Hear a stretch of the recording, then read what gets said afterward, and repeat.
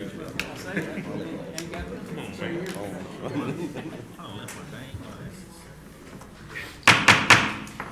call this meeting to order. This is a Livingston Parish Council meeting. Today is October the 24th, 2019. It's a few minutes after 6:30 p.m. We have the invocation by Gary Talbert. Tab Lobell's going to do the invocation. Heavenly Father, we come to you tonight and we just thank you for the continuous blessings you send our way. We just thank you for the things that you bless us with and we take for granted, Lord. We thank you for our freedom. We thank you for the opportunity to be here and do the work of this parish. We just ask that you let us have just clear mind and do things that would put a smile on your face, Lord, and just let us all just look to you for the guidance that we need every single day. Thank you for all you do for us. Thank you for our military, and thank you for just everything. In Jesus' name, amen. Amen. Amen. Tracy Gerlinghouse, can you lead us in the pledge of allegiance? I pledge allegiance to the flag of the United States of America and to the republic for which it stands, one nation, under God, indivisible, with liberty and justice for all.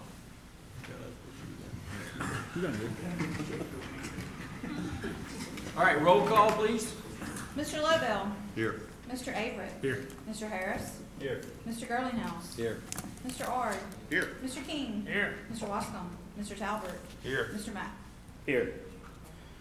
All right, cell phones. Can we get everybody to silence their cell phones or put it on vibrate so that we don't have any disturbances during the meeting? Pretty please. We gotta get tired of all those jokes every time one goes off. All right. Public input. Anybody wishing to address any agenda items is welcome to do so. You just simply raise your hand when that agenda item comes up, and then we'll call upon you in orderly fashion, and you can come up to the podium there. And we're going to limit everybody to 2 minutes tonight. Try not to repeat the same topic over and over. And so, welcome everybody to come and talk about what they'd like to discuss at that time. All right, presentations. 7A, agenda item 7A, recognition of the Livingston Parish Chamber of Commerce. We have Mr. Jeff Ard that's going to handle this presentation. Come up, John, you coming up? He's going to get us into this mess. Oh, that don't surprise me. Yeah. Literally a mess. We've been trying to do this for a couple of meetings to get over here. We had one a while back with Deaton that did the cleanup for the river, Amy River. And also we've had our chamber that has started, Love L.P., which I think y'all want to do a little presentation in a little bit on this, talk about it, or y'all want to do it now? You want to wait to do that? We didn't know It's about up to you, that. Jeff. What do you want to do? Y'all want to discuss just what you programs about? We can tell y'all what we learned. So who do I address, y'all or them? Yeah. We'll listen. Go right here. So it's it was the way the initiative went is we wanted a really positive spin on L.P. So y'all know the derogatory terms that go along with it. Love L.P. was a real positive spin to make sure that there was a positive presence with Love L.P. The first Love L.P. initiative is the litter-free L.P., which is the litter pickup. And I'm calling it a litter pickup. It's way more than that. There's a lot of things that go along with it. When John came on as board chair of the chamber, one of his initiatives as a business leader was looking at the litter pieces that are going on here. And since then, we found out a lot. We found out that people think it's everybody else's problem. They think that that government is supposed to take care of it. That is the primary consensus in the room. There's not a whole lot of organization of people knowing what one entity is doing to the or the other.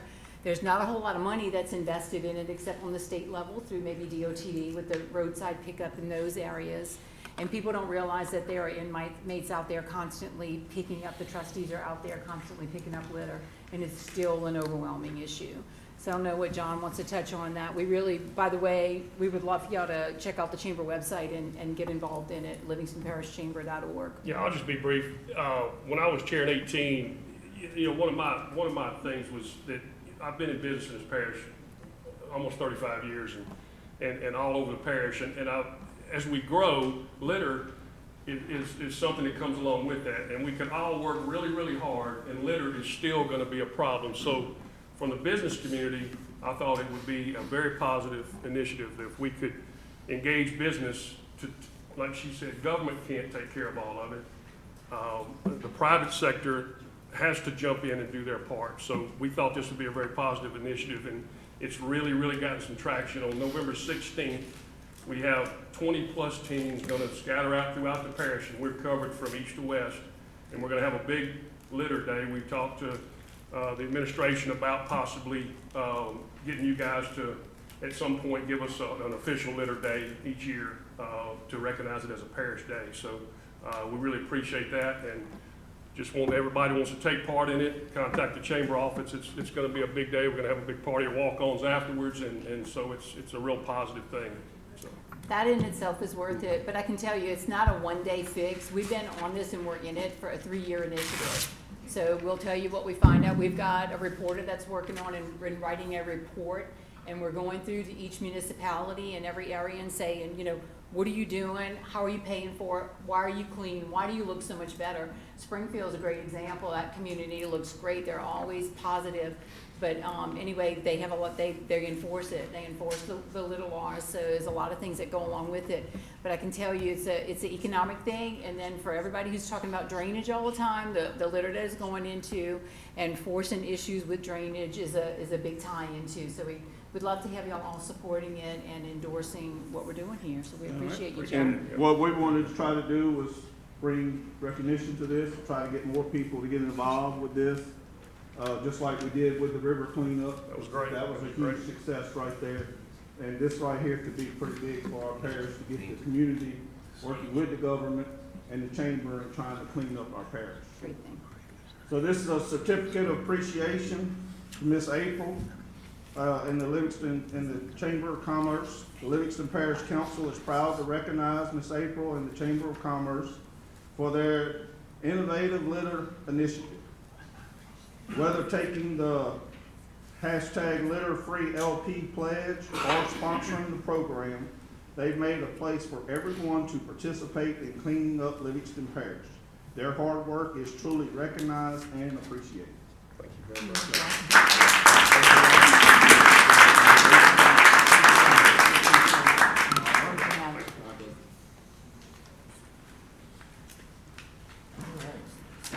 Thank you all very much. All right, agenda item 7B, Mr. Gregg couldn't make it tonight, so we're gonna skip over that. Okay, at this time, I'd like to move up agenda item number 14. So we'll now talk about agenda item number 14. Okay, this is, Mr. Sam, did you want to come up and talk about this? Okay, this is a commercial addition. This is Premier Concrete Bunkhouse, preliminary site plan. This is in Mr. Gary Talbot's district. On Highway 16, it's a recommendation of the Livingston Parish Planning Commission to approve the preliminary site plan for Premier Concrete Bunkhouse as presented. Okay. Is there any discussion from the audience on this particular agenda item? Okay, we'll take the gentleman on my left first. Just don't forget to state your name and your address and everything. My name is Roger Roy. I live directly across from Premier Concrete. In fact, I'm right next door to them, 38060 Louisiana Highway 16. They've been neighbors to me for 20 years, and they're super good people. I've never had any problem with any of the workers or them. And also, what they're trying to do, they're living in a converted horse barn right now, the workers. And they're just trying to improve their living conditions. And I applaud them for that. And I want to thank the commission for approving the fence. I hope it goes up. Thank you very much. Appreciate you. Is there anybody else? Come on up. Just remember about the 2-minute thing there. Pretty please.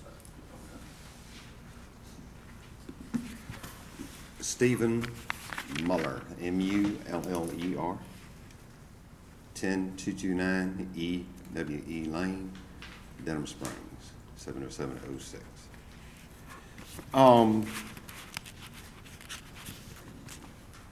I did attend the planning meeting that was held on schedule. And in observing the sign, I called ahead so I could get more information about what was going to go on and maybe have an idea of what the site plan was going to be. Of course, when you called that number, there was no one there that knew anything about it. And so I called it again and asked somebody. They said they'd have somebody call me back, and they didn't. So anyhow, I go to the meeting, and there were two varying opinions on something.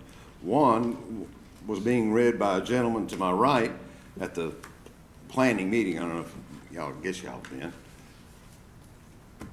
Reading off of what the ordinance and how it dealt with paving and driveway and such as that. And which was the same way that I had understood the ordinance to be by looking at it online. But then there was a varying opinion saying, no, that's not true. It was read some more about what was required. No, that's not required. So I kind of gave up in that regard. And plus, I didn't see until the next day when I was able to look at a site plan map after the planning meeting that the fence that the attorney for Premier Concrete stated on the, I think it was August meeting, that there would be a fence built around it. I think was his exact words. There will be a fence built around it. And though I agree with Roger, I thank goodness they've at least put some sort of fence there. But it's not nearly around it. It's in front of it to a degree and what have you. And, you know, as far as parking and all that, I'm sure there could be a variance on the parking, but to sit there and have no parking at all, or to say that the plant office parking is satisfactory enough for this 46-person dormitory might be a little out of range. And I'd like for you to consider specific use and consider going back to planning with them understanding that they will need some sort of parking and will need a driveway. I mean, a week before the planning meeting, there was a large, I mean, very large fire that the fire truck didn't know how to get there. He turned around in my son's driveway. I went through the field to get over there to look at it, and it took the fire truck at least 10 minutes to get through the gate. Now here the planning commission guy says, well, I'll, make sure I address that with them. Instead of them they should be able to barrel their way through to a fire or an ambulance or the police or whoever. And they don't have that. They have to have a gate key or call somebody to come open the gate or something like that. So I don't think that's satisfactory, and I don't think the answer of him going to speak to the fire chief in that district and get him to do some measures to make it easier to get to this is a big place. And, he doesn't seem to think they need parking because in his words, well, they all come riding up there 8 people at a time in a car, so they don't need any parking. Well, I didn't think that was appropriate, number one. But that's not true, number two. They park now around the barn that Roger was just telling you about, that they're living in now.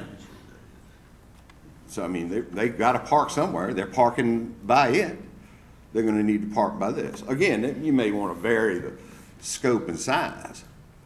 But as far as the size and scope of this fence, you need to, I don't know if you're looking at a copy of the site plan yourselves or not.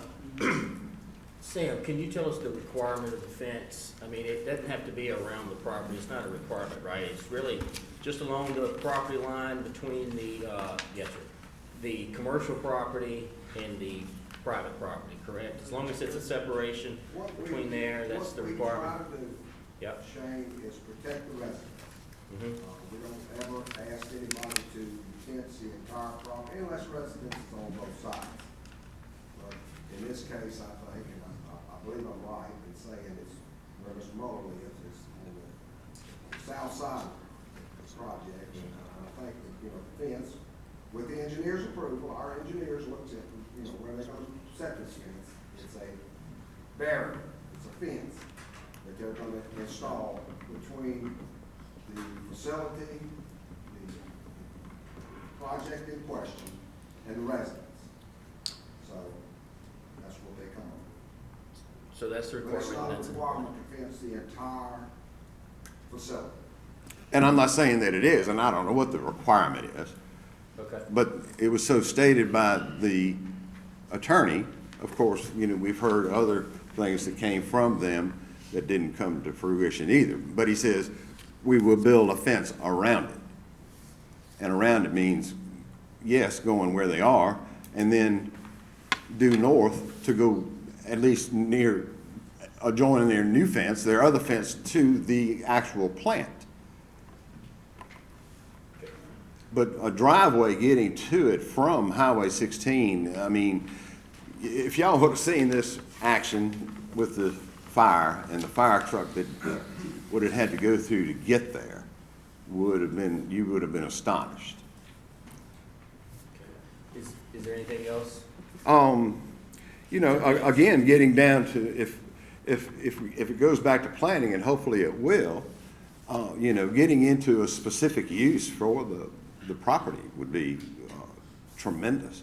Not for just for us now, but for the future. Should they sell out, at least this would be for a specific use. And to have other detailed things like no firearms and no drugs and no pets and no farm animals. Just small and simple things that they would probably agree to now. But not just for them, but for their successors. You know, we don't know that they're going to be there. I mean, forever. I mean, we went through hoops galore, or the council did, and this parish did, to get an ordinance for a gravel pit that was only going to be there for 5 or 6 years. This has been there for 20, and is probably, and I hope they're there for 50 more. But they need, you know, to have some sort of laws and regulations because of overstepping the boundary. Just right there at this, where the dorm is being built. At one time, there was a pole barn that handled big, large bales of straw that they used in their making of their bricks and pavers and whatever. That's what it was used for. That's what it was housed for. Hurricane Gustav blew it over, blew it off in the pasture, right over on us. And they cleaned it up and took it and rebuilt another building. And we're thinking specific use. This is a building that was built in 2008 that did fall under commercial ordinance that was drawn in 2002 that didn't get before this council or planning commission or anything, that is 30 feet tall and 200 feet long, that doesn't house hay anymore. That specific use is not used for handling straw. It's now used for manufacturing. And that is not the specific use. You know, we had no objection, even though it's 30 feet tall and it's right on the fence line, we had no objection to that. And he was using it for the same use that he was using the pole barn for. I mean, PepsiCo over here in Livingston, just to get off the subject in my closing remark, it's a big company. And they have a specific use for that building right now. It's a big building, nice building, and they're using it. And they're a big company. But if they decided to start a uranium plant on the inside of it, I think every one of us in here would be a little objected to it, especially if you live next to it. So I mean, that's what you're looking at. You're looking at, we need to get some sort of specific use for this. It's to my understanding that this is gonna be used for its purpose that's outlined,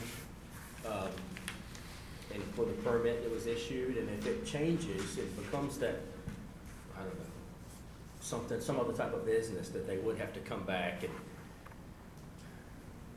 follow the rules and regulations to change what they call a change of business or change of venue or something, so. Just like if Right now, Waffle, it's- if Waffle right now House it's gonna sold be out, Constructed and used for its intended purpose that's outlined in this preliminary plat. Is there any, would you finish with you? I think so. Is there anybody else, that wants to talk about this? All right. Oh, one, come on up.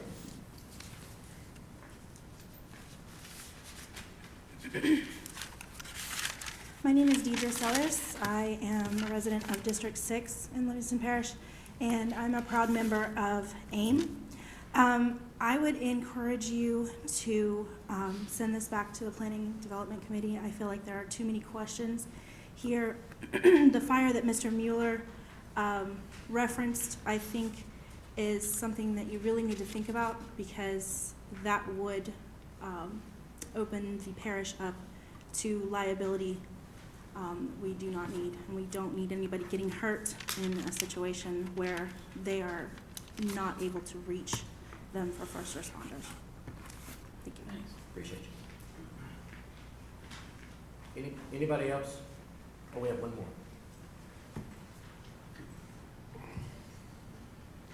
I'm just gonna be real quick.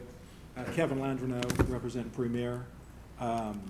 We've, I think, complied with everything that they asked us to comply with for Planning Commission, went to Planning Commission, they approved. We're just asking that the council here approve it, because we did do everything they asked us to do. Thank you. Appreciate you. Okay, is there any comments or discussion from the public here, council? This is not a public hearing, right? Yeah, that's what we just had. We opened the Well, I public mean, hearing. It's not adoption. So I mean, we're just discussing it. Okay, so- Okay. Anyway, is there any more discussion from the council? I got a comment. Okay, buddy, go ahead. Okay, so when we're planning on the first Wednesday of this month, and we're discussing this building, I made mention of the fact that there was no parking lot or driveway. And the interpretation of the planning commission was that because it was not a public building, it didn't require a driveway or parking lot. Matter of fact, I think the statement was made that commercial buildings in Livingston Parish really don't require driveways and parking lots.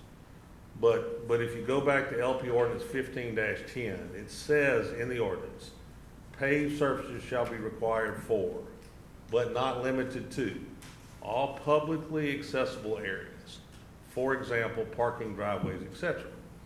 So let's take out the but not limited to. It says paved surfaces shall be required for all publicly accessible areas. If the intent of the council back in 2015 was to only have public areas that were accessible paved, they would not have put but limited to in the ordinance. Basically, but limited, or not limited to, excuse me. What did it say? But not limited to. They said, they didn't say you only have to pave publicly accessible areas. It says that all surfaces, all paved surfaces shall be required, but not limited to publicly accessible areas. So consequently, paved areas should exist at that building. The driveway to that building should be paved. And what we're saying is, or what the planning commission said, is that because it's not accessible to the public, it doesn't have to be paved, but that's not what the ordinance says. And so, you know, we've had testimony by the neighbors that there are parking cars where they live now. So they obviously need a parking lot. But there's no parking lot drawn on the site plan. But they need a parking lot if they're gonna park cars there by where they live. So if they're gonna have a parking lot and they're gonna have access to it, the ordinance clearly states that the driveway and the parking should be paved, neither of which exists in the site plan. Plus, another argument that was made by me, that this piece of property was purchased in 3 sections. The center section was mortgaged and the building was built on. The other 2 sections that are north and south of the original structure, we couldn't get the engineer to tell us if it was part of the original Premier Concrete facility, or if it was just added later without a change of use. We can obviously look at the building that Mr. Mueller was talking about, that is 222 feet long and 104 feet wide, and know that that building resides inside the 25-foot buffer zone. So if that building resides in the 25-foot buffer zone, it obviously did not have a site plan approved by the council at the time it was built. And if you'll notice, the new fence required, the fence that is required by this site plan is 432 foot long. And it does not pass by that 222-foot building that is in the buffer zone. And we'll notice that the south side of that property is actually 1,883 foot long. So even though Mr. Roy is proud of the fence that's gonna be built by his son-in-law and daughter's house, there still will not be a fence built by Mr. Roy's house. So I just feel that given the fact that the site plan to me is not conforming to the ordinance, that the site plan should be sent back to the planning commission and a parking lot and driveway should be drawn in to address what the ordinance says. So that's the motion that I would like to make. I don't know if I'm gonna get a second or not, but I'm gonna make it. The motion is to send it back to get it. To get the drawing corrected, to show a paved parking lot and driveway to the building. And correct the fence so that the residents next door to it, we're not just isolating one home, we're putting a fence along the whole property line. Chad, would you like to come speak on this subject? I got a question. The Okay. whole property line, how many acres do they own? 100 acres Total? total? I don't know. Well, let's Does see, anybody here know? the tract that the property, let's see, I got it here. Let me look at the map. And I assume this is gonna be a wood fence? Track A It's just- is, it's track gotta be a A, privacy fence. track A where the building is being built is 29 acres. Track B where the original Premier Concrete building was built is 38.53 acres. And then the section of property north is 47.25.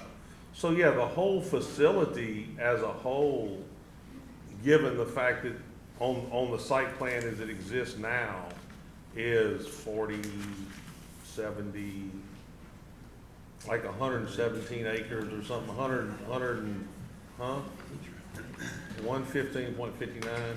So, you know, the question is, was the original site that was, original site plan 115.59, or did it just consist of the center section? If you say the whole site, that would be that you'd have to put a privacy Well, fence around the whole site. but I think there is a privacy fence on the north side between Park Lane subdivision and the property, because in essence, they're different uses. Right.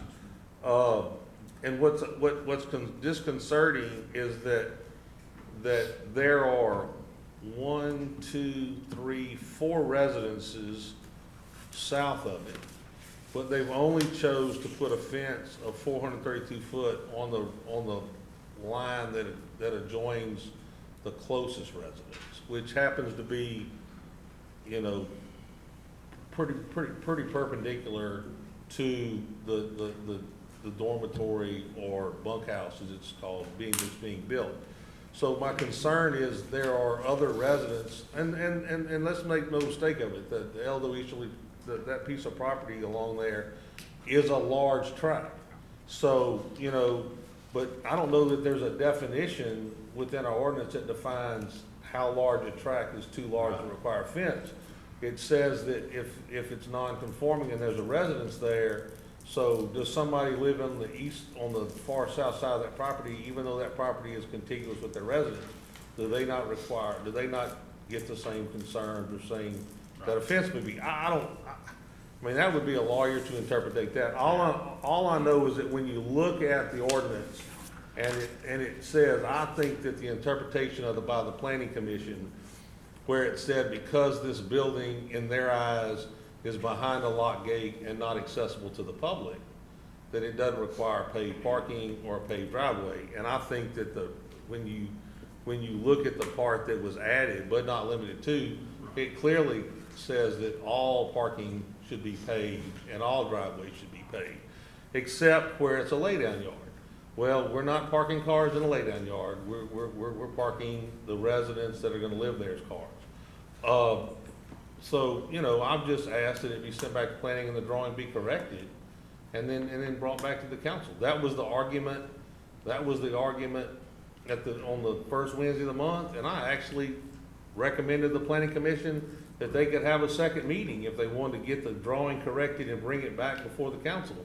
And they chose not to bring a corrected drawing to the council. They brought the same exact drawing. So, you know, that's the reason for the motion to send it back, to get the parking lot and the driveway drawn, and hopefully the fence enlarged to, you know, give all the residents of the property next to them benefit of privacy.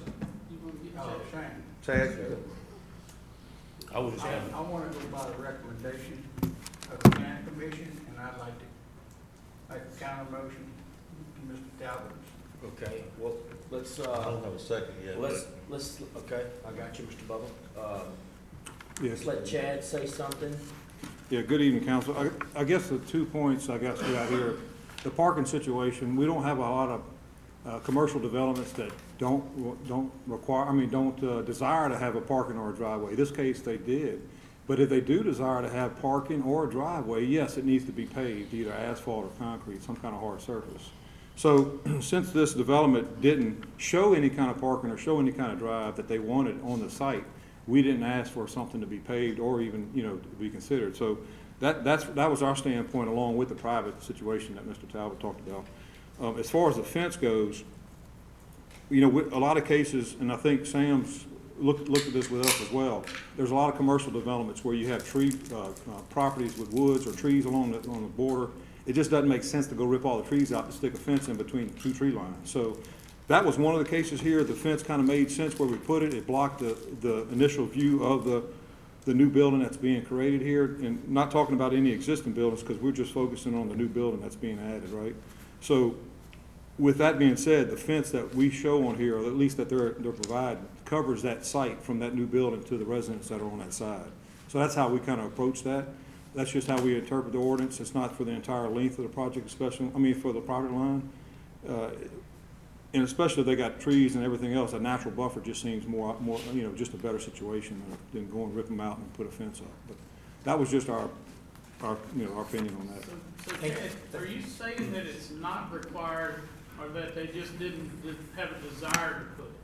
Or No, the parking in their, no, not the fence, put a parking in the road? They never showed any, and I guess it was just their desire not to have any parking or driveway for this facility. Maybe they're gonna park somewhere else in and walk to it. I mean, that's not really our call. Right. You know, that's their call. So if they were gonna show something to parking, then we would ask for something to show, hey, it's gonna be hard surface of some type, asphalt or concrete. So Chad, let me ask you a question. All these churches that come to us with waivers on parking lots because they don't have the ability to asphalt or whatever. So in essence, what you're telling me is they can build the church without a parking lot, and they can just park on the grass and then develop the parking lot as they create funds, and don't need a waiver from the council in the future?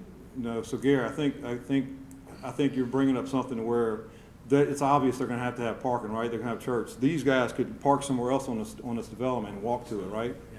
Yeah. This case is not the same as the church where you know you're gonna have to have it, right? So what you're saying is that, but in essence, you're determining this is the end use of this property forever.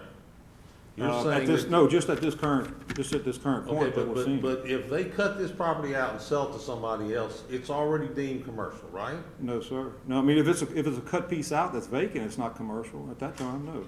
So you're telling me that we don't have zoning. If I buy a building that's currently commercial, I don't have to come do a change of use, do If it's being used for that, for a commercial facility I mean, already. we're identifying this as a commercial building, right?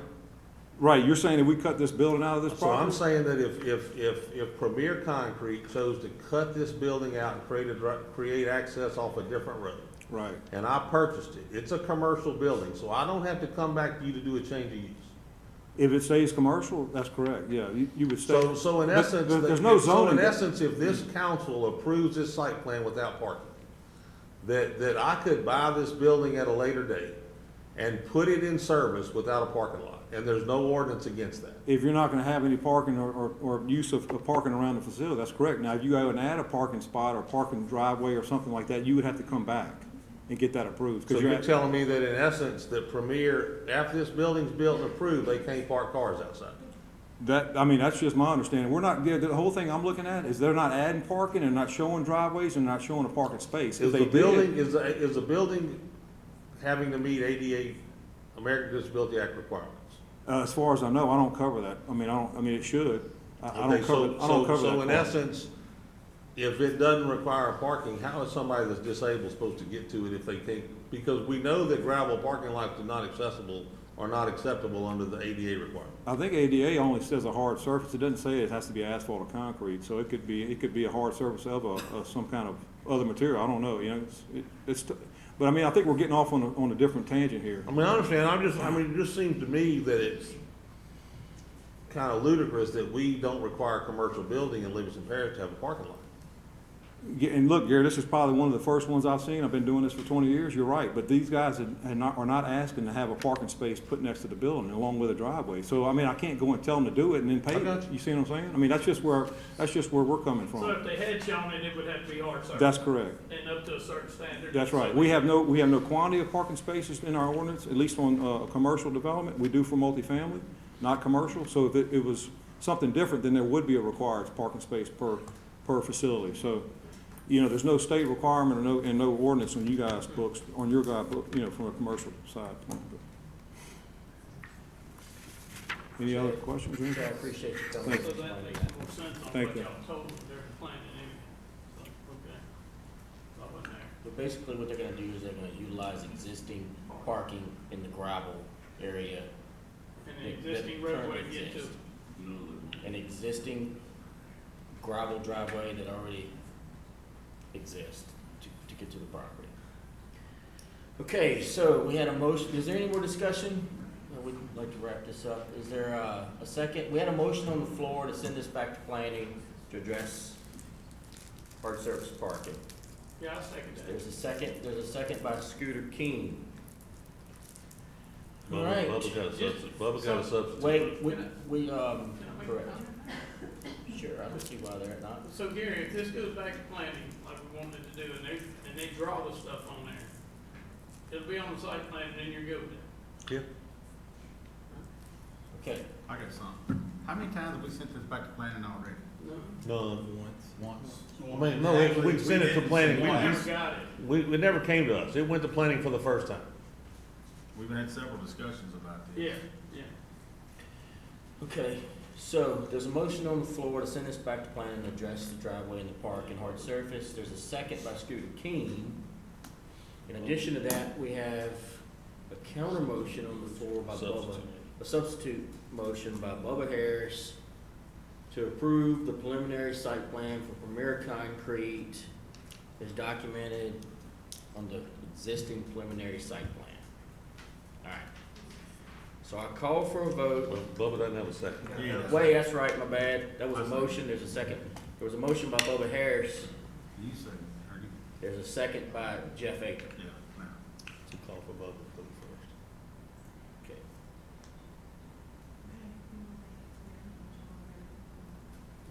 Yes. The first vote Yes, is to this- send it, I'm sorry, go ahead. No, good. No, So this go ahead. particular vote is to approve the preliminary site plan that currently exists for Premier Concrete, right? Is that a substitute? Okay. So, and this is a substitute motion, so a vote for yes, you approve it as is, they can move forward. A vote no, then we go fall back to Gary's motion, right? Okay, so we're gonna call for the vote on this. Mr. Lovell? Yes. Mr. Avery? Yes. Mr. Harris? Yes. Mr. Herlington? Yes. Mr. Ord? Yes. Mr. Key? No. Mr. Lawson? Absent. Mr. Talbot? No. Mr. Matt? Yes. Okay, so I'm not an expert in this Robert Rules of Law. That's but it, in it's my- over with. In my opinion, the original motion is dead. Right. Right. So we'll now move on to agenda item number 8. This right here is discussion of the syringe services program presented by the Office of Public, oh, am I wrong? Did you have another item saying you had to speak on? Well, I'm sorry. Oh, my bad. I just You want to make did. sure, I'm gonna defer the road priority thing Number on the 15. Mecca and the Cheryl Drive. If it's okay with you guys, I mean, if you wanna talk about it now or get it, I mean, that's up to you. But I can defer that to Mr. Billy. We're just putting Okay. something, Billy Mr. can Billy's our handle it. engineer. Billy can handle it. And we've got a few of these subsurface culverts on here that you guys normally take care of. Yeah. It's in your district and you get copies of it if you have any Take care of questions. that too. We got you, Thank you. Sam. Get it, Y'all have a Mr. good Lamb. Appreciate you. I hope the best man wins, or the best team wins. Come on up, I apologize. I appreciate y'all so much. No, we appreciate the time. All right. Thank you, So- Chairman. Oh, Yes, and let me go ahead and just announce this again real quick. This is agenda item number 8. This is discussion of the syringe services program presented by the Office of Public Health and Florida Parish's Human Services Authority, is authorized by House Bill 250, Act 40. All right. That's right. So just state your name and who you're with and all that good stuff. Thank you, Mr. Chairman. So my name is Alex Bu. I'm the Assistant Secretary for the Office of Public Health. And Dr. Gina Lagarde, the Regional Medical Director and Administrator for the Office of Public Health Region 9, of which Livingston Parish is part of that region. And unfortunately, the Florida Parish's Human Service Districts weren't able to join us tonight, but we do appreciate your time to talk about syringe service programs. Had the opportunity previously to speak with Councilmember Harris about these programs. And really what we're focused on here are the 3 epidemics that are really causing a lot of problems in our state. Opioid epidemic, HIV, and hepatitis C. Unfortunately, Livingston Parish in particular is particularly being affected by the opioid epidemic. It ranks 4th out of the parishes in the state for the highest rate of opioid-related deaths. And unfortunately, this year already 14 members of this community have died, at least as far as we know, from opioid-related deaths. So what we're talking about today is a program for us to be able to reach people earlier and get them into care, and it's an evidence-based program. So these are called syringe service programs. You may know these as needle exchange programs, but they're sort of much more than that. So at their basic element, what this program offers is for people who are currently injecting drugs the opportunity to come and bring used needles and get sterile syringes instead in order to try to have more individuals using clean needles if they're going to continue to use drugs. It's really critical because, frankly, use of needles and sharing of needles is what creates the transmission of HIV. It's what facilitates more and more people getting infected with hepatitis C. But again, like I said, these programs are more than just needle exchange. They're also an opportunity to meet people who are actively using drugs and get them things like naloxone. That's that medication that reverses overdose. So those 14 people, if they had had access to naloxone, likely would still be here. Now, they may still need help, they may still be using drugs, and that gives us an opportunity at least to intervene, but once they're those 14 people, we can't do anything about it.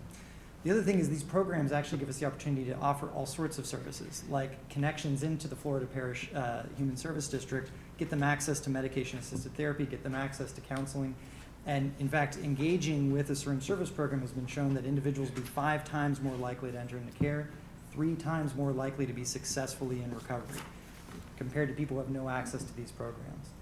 We understand that people often have concerns about these programs. They think that it'll bring an element into the community, that it'll potentially increase the syringes that are in the community, and luckily we have evidence that shows that that's not the case.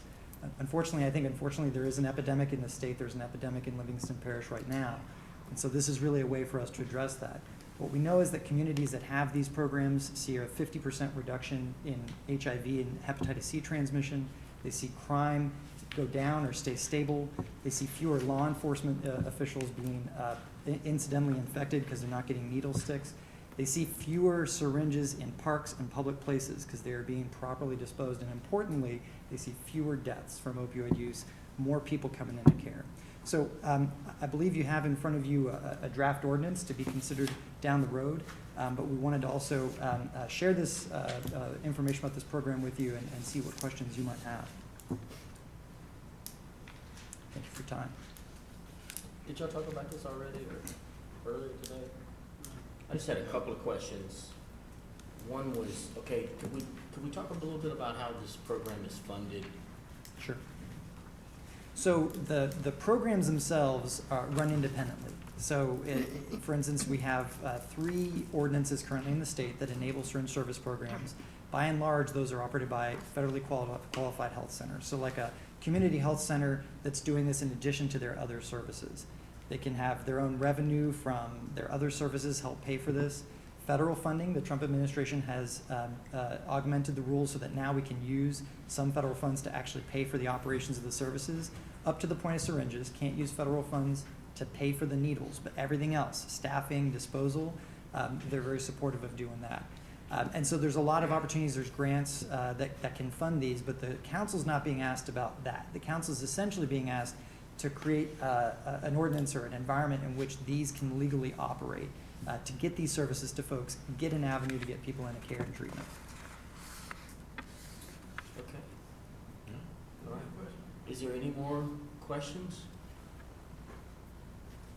You know, you hate that this is something we need to do, but it is a major problem, and we need to get the diseases under control and then work on the people who have the diseases causing the other ones to happen.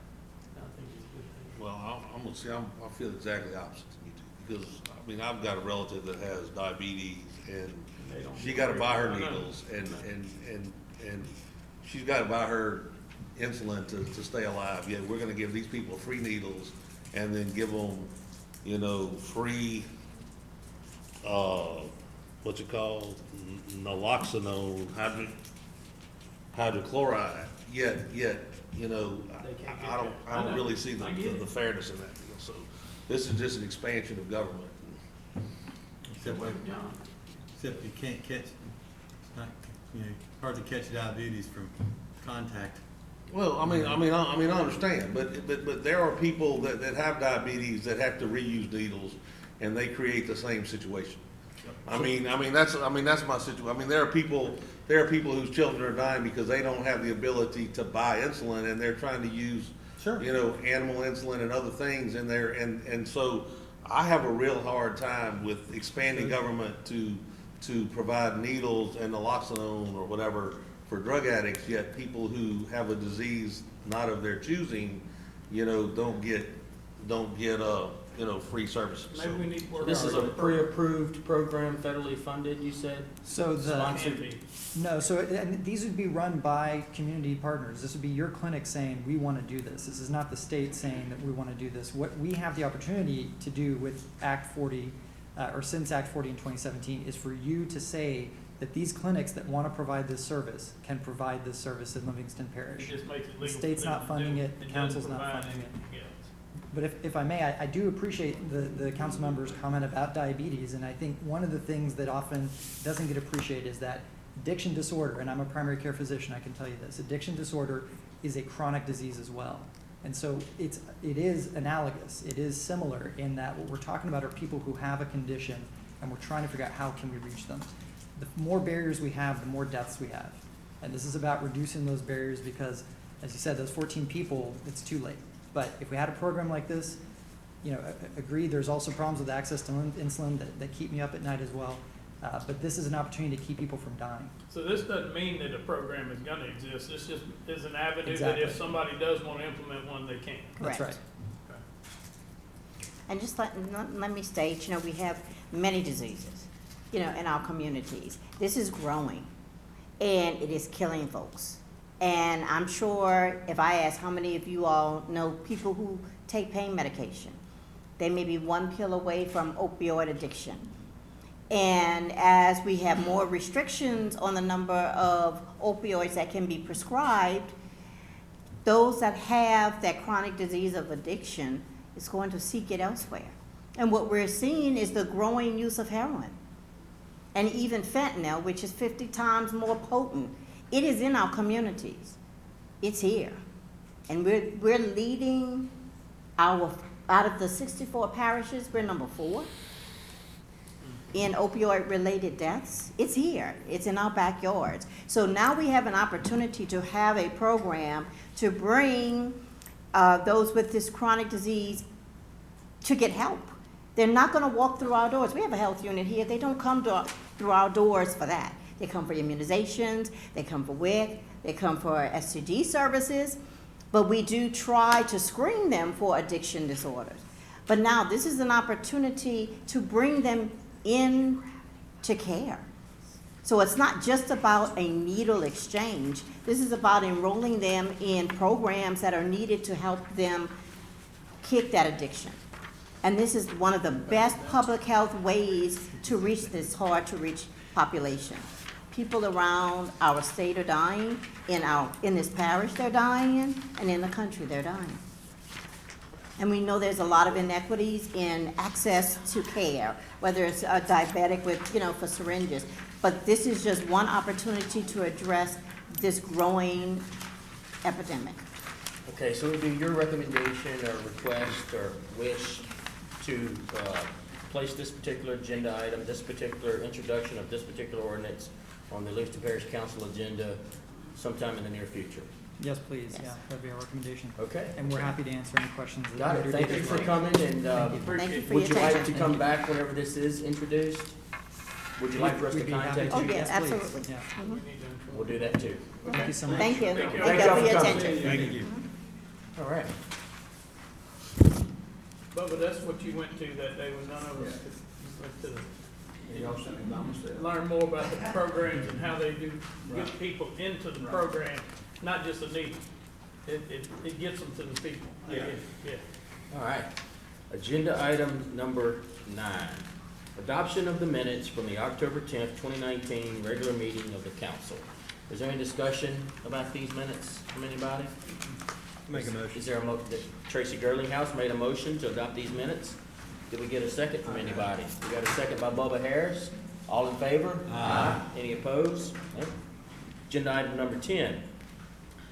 Amend the minutes of the August 22nd, 2019 and October 10th, 2019 regular meeting of the Livingston Parish Council to reflect the wording found in LPR number 19 dash, was we supposed to do this one first? No, we're gonna do it in I order. already sent out all the resolutions to everybody, so just, I couldn't take them all back. No, it's all good. We're gonna It's so move forward with simple. this, right? Yeah. Yeah. Changing So we the just word. Found in LPR number 19-278 and LPR number 19-329 from Homer Harris to Oma Harris. And this was just a simple misunderstanding of to word. pronounce, That's cool. pronouncing of a road in Livingston Parish. So it should be Oma Harris, and Mr. Bubba has fixed this problem. So. We need a motion to. So we need a motion to amend the minutes. So It was just is talked there a about. Homer Harris? Yeah. No. It's always been Homer, we've been calling him Homer forever. I've been calling on, I everybody love- couldn't understand me. I Oh. guess I I was. always call him Homer. Oh, Motion on the floor by, It was Bubba South and Interstate Livingston second. Parish You made- slang. That's some of Bubba's people. we got a motion by Bubba, we got a second by Jeff Avery. Actually, it was a motion by Tracy. Second. No, I didn't. It doesn't matter. Oh, my bad. I'm good with being third. I'll third it. Anybody want to discuss this? Any councilman want to discuss this? All in favor? Aye. Any opposed? All right. I need a hearing aid for Christmas. Santa Claus. Didn't help Bubba. Agenda item number 11, adopt a resolution to reschedule the November 28th, 2019 and December 26th, 2019 regular meeting of the council due to Thanksgiving and Christmas holidays. All right, so let's talk about this. This here is, currently is scheduled, we would have a meeting on the day of Thanksgiving and on the day after Christmas, and we would like to reschedule that such that we don't have to meet on those dates. We have So it's been Thanksgiving, then we proposed got by Mr. Talbert, and this is discussion that Others may have difference of opinions, we can talk about this. But Mr. Talbot has recommended that we move that, council meeting in November to November the 7th and the 21st. It was on the 14th and the 28th. The first And so it would be Thursday the instead of second and fourth. first Thursday and the third Thursday. And then the December 12th and 26th, he's recommending that we move that to December the 5th and December the 19th. So does anybody have a problem with that? The thought process was October has 5 Thursdays. So we were gonna have a long break between council meetings. So in essence, we can eliminate the long break from a 3-week break to a 2-week break, still have the same number of council meetings throughout the year to handle the budget and all that stuff, and not conflict with any existing holiday. Gary, you offer that as a I'll offer it as a motion if everybody concurs. I mean, that way we still have the same number of The meetings truth throughout the year. is he really just enjoyed meeting with Tab Lobel and Jeff Averett so much that he wanted to make sure he squeezed in as many meetings as possible. They gonna get their check to the end of the year. I wanna make sure they are. He wanted to make sure we had a council meeting on John's birthday. So, we have a motion on the floor to change the council dates in November to November 7th and 21st. And that same motion would change the December council meetings to December 5th and the 19th. And it was seconded by multiple, but I think Bubba Harris won that battle. I couldn't, Is the second. couldn't do it. Poor Tracy. So is there any discussion from the audience on this? I will Oh, would you have advertise it in some? our official journal as many times as possible Okay, cool. and post it outside. Yeah, Okay, that's a great idea, so that we can inform everybody that needs to be informed. I'm gonna be hunting, so it don't matter. All in favor? Any opposed? Okay. Agenda item number 12, this is the parish president's report. Is there any member of the parish president's administration here that would like to report on that? All right, we'll skip that one. Agenda item number 13, Livingston Parish Office of Emergency Preparedness and Homeland Security. Did we defer this one? No, I'm gonna have it Okay, for him. Gary's gonna handle it. Mark Harrell, Director of Denham Springs, this is for a $293,000, as part of the Hazard Mitigation Grant Program Project, number FEMA-4277, DRLA 024, Livingston Parish. Gary, you got the floor. Well, this is a repetitive loss property. I'll get you This is a repetitive loss property, and it qualified, and the appraisal on the property was $400,000, and the amount offered was $293,000. Okay. So we need an ordinance to move forward with this acquisition. Okay, that sounds good. We got a Sandy motion gotta by read Jeff it. Averett, and then Sandy's gonna read the, ordinance. We got a second by Tracy Girlinghouse, motion by Jeff Averett, but, Sandy's gonna read the ordinance. This is gonna be proposed ordinance 19-32. This is an ordinance to acquire movable property for the parish of Livingston pursuant to the Flood Mitigation Assistance Program, project number FEMA-4277, DRLA 024, Livingston Parish, and the address of this property is 8395 Calhoun Road, Denham Springs, Louisiana, 70706. The appraised value is $400,000, and the amount offered is $293,000. The legal description is 1.5 acres, and the meets and bounds, as Mr. Roman says, is SEC 47-5-3 and 49-5-3. The public hearing was gonna be November 14th, but now it's gonna be November 7th at 6:30 p.m. Okay, is there any discussion from the audience on this? So we got Mr. Averett and Mr. Grimes. Any discussion from the council? All in favor to introduce this ordinance? Aye. Any opposed? None? All right. Agenda item 15. This is the addition of road or roads to the 3-year priority road list for 2019 capital improvement program. And Mr. Billy Taylor is here to discuss that. Mr. Mack. 15A and B, I don't know if we want to take these together. This is in District 6. So the mayor of French Settlement contacted Mr. Layton, Mr. Jeff, about a safety situation down there. And the situation is Mecca Road basically comes out in parallel 16 and makes a 90-degree turn into it. Well, where it does that, there's some buildings right here, and everybody parks in front of the buildings, and there's been several accidents where people don't have the sight distance, they can't see to pull out. Well, as that road parallels here, there's also an existing gravel road that connects to 16. It's about 100 foot long, and her request is to pave that through the overlay program to create an exit-only situation where nobody can exit in the dangerous situation and create better sight distance. So in order to do that, we need to have it accepted on the 3-year priority list as A, and if y'all decide to do it, then we would have to accept it to add it to the 2019 program.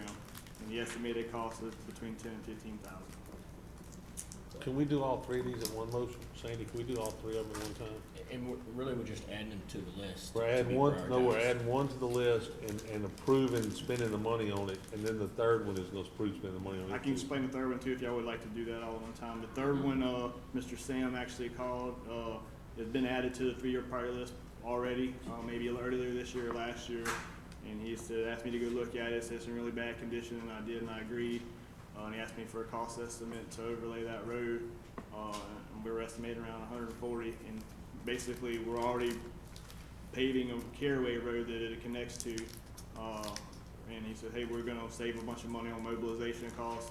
It's deteriorating rapidly more than our other roads. I think it makes a whole lot of sense to do it. So can we put on the agenda and ask the council to approve that? That's what we need to do. This road, if you remember when we had the dirt fill ordinance and we brought pictures of all these piled up piles of dirt, well, this road is where those piled up piles of dirt are. So basically what has happened is all that dirt was hauled in on a substandard road to begin with. And basically with all the rain that falls and runs off, the road stays underwater. So one of the things that's gonna be accomplished by that is to overlay the road, and I think y'all look at elevating it, Billy, a little bit, so that we don't have that problem, and we get it so that the ditches can more effectively work because of the speed of the water runoff, so. Catch basins will be below the road. And those catch basins that are above the road will be below the road, and so we won't have some of the problems that we're having now. Yeah, that's perfect. But we save a bunch of money on mobilization, so I know it's in my district, but I'd like to make the recommendation that we do all three. I second that. Okay. Motion on the floor by Gary Talbert to add Mecca Road Extension, Sherrill Drive We're gonna to add, the priority road list and approve funding Yes. to pay for this overlay on the 2019 road program. I think it's actually 2018, but it's the roads that are getting paved for the 2019 program. That's good. Okay, so that's the motion, and who seconded it? Jeff Averett seconded that motion? it is a I 2019. think it's 2019. It is 2019. Yeah. Okay, Jeff Averett seconded that motion. It was made by Gary Talbert. Is there any discussion? All in favor? Aye. Any opposed? No. Yeah. Thank you, Billy. Thanks, Billy. Thank you, Billy. I would like to thank everybody for supporting that, because that's a very dangerous intersection back there. My brother lives back there. I didn't even know this road was coming up. Well, it's just I've tried to come out there a lot of times when those people park on Mecca Inlet. Oh, man, it's bad. Well, we tried to get it a couple of years ago, but it's a private landowner that had the little extension there, and we couldn't just go in and do it, but he donated it. So, That's parish property. We're gonna overlay it. Yeah, we People gonna be overlay able to get So, out without getting killed. I like it. so the existing road's gonna be a right turn only exit, and the new road's gonna be a left turn only exit? yeah, So it's just gonna be a here and a here. You know, it's just It ain't that far 75 down, but it's yards. far enough, yeah. Okay, good job, Okay. guys. Let's move Yeah. forward. 16, reduce the speed limit in the reserve at Cross Creek subdivision from 25 to 15 at the request of the homeowners association for 3 roads located in Council District 1, Mr. Jeff Ard's district. Those roads are Sweetwater Ridge Drive, Canyon Hill Drive, and 7 Mill Drive. Well, actually, Mr. Girlinghouse did most of the legwork on this because they thought that it was his district. I And did then he turned it over to me after he did all the work, so, I appreciate but, that. they, the homeowners went around to all the property owners. They've got over 80% of the people in there agreed to this, said people are just flying in there. So, I told them that since everybody agreed to it, I had no problem with it. So I'd like to make a motion to, reduce the speed limit to 15. All right. So there's a motion on the, He can't do it. there's a motion on the floor by Jeff Ard to reduce the speed limit on these roads. There's a second by Scooter King. Any discussion from the audience? Any more from the council? Who did the second? Scooter? Second man. All in favor? Aye. Any opposed? Okay. This is a public hearing. This is a public hearing and adoption of LP ordinance number 19-20. We're now gonna open the public hearing and we're gonna ask Ms. Sandy to read the ordinance. Okay, this is proposed ordinance 19-20. This is an ordinance as follows to wit: revoking the dedication, abandoning, and quitclaiming in favor of Cheryl Lewis Hydrocon and Jimmy R. Lewis, a 30-foot all-purpose servitude identified by the crosshatch portion as shown on the preliminary map, showing the revocation of a 30-foot all-purpose servitude across a 2-acre tract, Lot B and Lot 1, located in Section 7, Township 9, South Range 6 East, Greensburg Land District, Livingston Parish, Louisiana, by Brett J. Marsh, professional land surveyor, dated May 6, 2019. All right. Is there any discussion from the audience on this particular agenda item? Is there anybody here to talk about this particular agenda item? No? Needs to be tabled, right? For a month. Can we defer it for a month? Okay. Still what? So now we're gonna close the public hearing. And there's a request to defer this particular agenda item 28 days. No, that ain't right, because we moved all the dates. What day we're gonna defer it to? It's still the September, it's still gonna be the November 21st meeting. That's 28 days. We had an extra week in the deal, so even though we moved it, it's still 28 days to November 21st. Oh, what's that? I'd have to look at that to believe it, but I'm gonna go with it. Tab, would you? Okay. Just trust me, Shane, trust me. Be safe. We're gonna defer that to November the 21st. You wanna just be on the safe side and do December 5th? Why, what do you mean be on the safe side? Is there a To problem? give them a little bit extra time. They're having a. They need more time? They having a family They're squad. having a spirited discussion about this. Remember, they came and talked to, they had both sides come and talk to us a while back. This thing's been going on for a year almost. You want me to go down there and take care of that? Yeah, go down there and handle it. We can defer it again. Shane. Keep it to the 28th. Shane, 21st, whatever. Gary was Shane, right. it's Refer correct. to the 21st, let's move forward. Chairman's choice. Okay, so, agenda item 18, public hearing and adoption of LP ordinance number 19-21. This is also a public hearing. So we will now open the public hearing. And so we're gonna ask nice Miss Sandy to read the ordinance.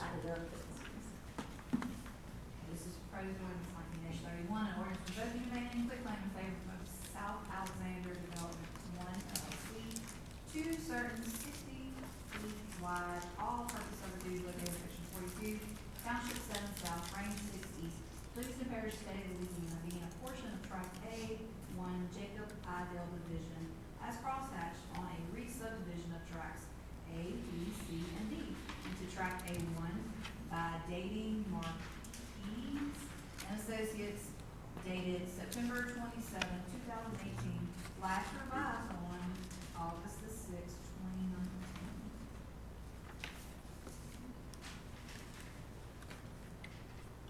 Okay, is there any discussion from the audience on, agenda item number 18?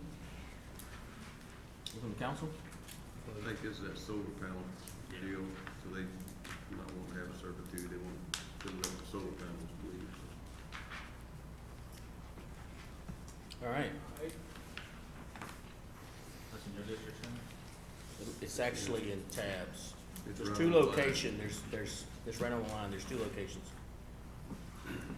Okay, so, we need to close the public hearing.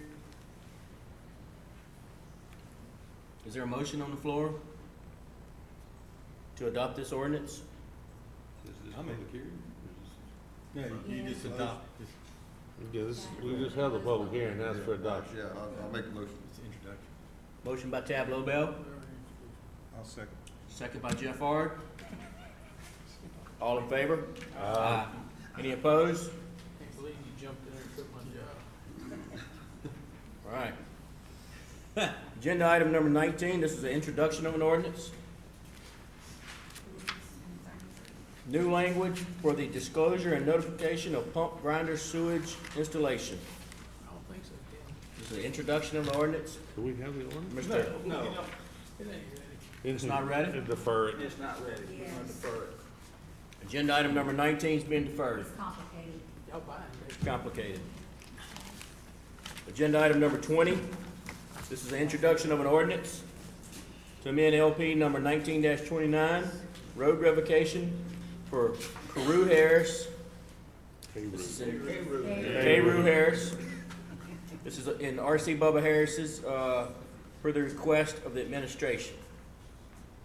So that's an introduction. Sandy, did you want to read that before Mr. Bubba talks about it? Yes, no quick line, love them. This is gonna be proposed ordinance 19-33. This is an ordinance as follows to wit: revoking the dedication, abandoning quitclaim in favor of Livingston Holdings, the southernmost 2,295 linear feet section of Carew Harris Road, as detailed per Blue Book from the 7-year capital outlay list submitted under the official records of the Livingston Parish Council under Livingston Parish Resolution number 02-479 on September 30th, 2002. The public hearing will be at 6:30 on November the 7th, 2019. Bubba, is this another one of them things where somebody can't go fishing anymore down the road? It's the same. Yeah, it is. It's the same one? Yeah. Yeah. But, let me Can't tell you a little story, all y'all. No, I mean, I understand, I just, That's a good so question. we let him answer the couldn't, I question. thought we did it last, we didn't do it right last time? Well, no, it wasn't, we didn't do it right. Between the engineering and, Engineers. huh? It's a notary. Yeah, and the The notary. notary wouldn't notarize it because of the wording, she didn't like the wording. Yeah, We had two attorneys and the engineer worked on it together and all agreed, and when she got it, she wouldn't notarize it. So Couldn't find we had to different change notaries? the That's wording. exactly what I was going to say, they got them everywhere. I got you. I mean, and another thing too is like, last week, had a man that went back there, he's a member of the hunting club back there, he went back there, they had big boxes, just dumped out, plastic bags everywhere. I got you. And he got to digging through there and found all kind of names and addresses and stuff. There you go. But- All right, so we can move on. How you handle that? Okay, so, this is an introduction of an ordinance. And the Sandy? notary's happy now. So we've got the wording right on this ordinance. Is there any discussion from the audience on this particular ordinance? Any from the council? Do we have a motion on the floor to introduce this ordinance? Yes. We got a motion by Bubba Harris. Anybody second? Jeff Ard seconds his motion. All in favor? Aye. Any opposed? Agenda item 21. This is also an introduction of an ordinance. To amend section 58-170, gravity drainage district number 2, Board of Commissioners, and Section 58-208, Gravity Drainage District Number 5, Board of Commissioners, revising to correspond with state law. This is both Gary Talbert and Tracy Gerlinghouse would like to discuss this. Do we want to read this first, y'all? Okay, let her read it. Can you please read this, Sandy? This will be proposed ordinance 19-34. This is an ordinance to amend section 58-170, Board of Commissioners, and section 58-208,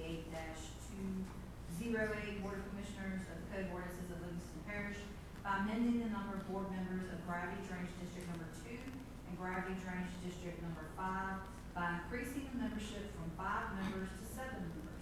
The public hearing will be at 6:30 p.m. on November 7th, 2019. Okay. Is there any Well, discussion? if y'all remember, probably back in 2000, was it 2017 that the legislature? Body, yes. Okay, in 2018, the legislature added two additional commissioners or board members I on remember Gravity 2. And in 2019, they added 2 in Gravity 7. 5, I'm sorry, 5, you're right, 7. But in essence, we never amended the parish ordinances that control them. So I put an item on the agenda, or my plan was to put an item on the agenda to add some members. And we realized we had never amended the parish ordinance. Sandy, the only question I have is, in the email to Chris, we talked about eliminating the signature thing on the property owners. Did we ever get a determination on that? I took out if you look where it's struck out, Mm-hmm. I have underlined how it reads now, and then I struck out. Oh, yeah, I mean, I saw that, but we don't have an opinion on whether we can, because back in the day when the police jury had it, basically what it amounted to is you could get a petition based on property ownership. You know what I'm talking about? Back in the days when the parish was way more rural.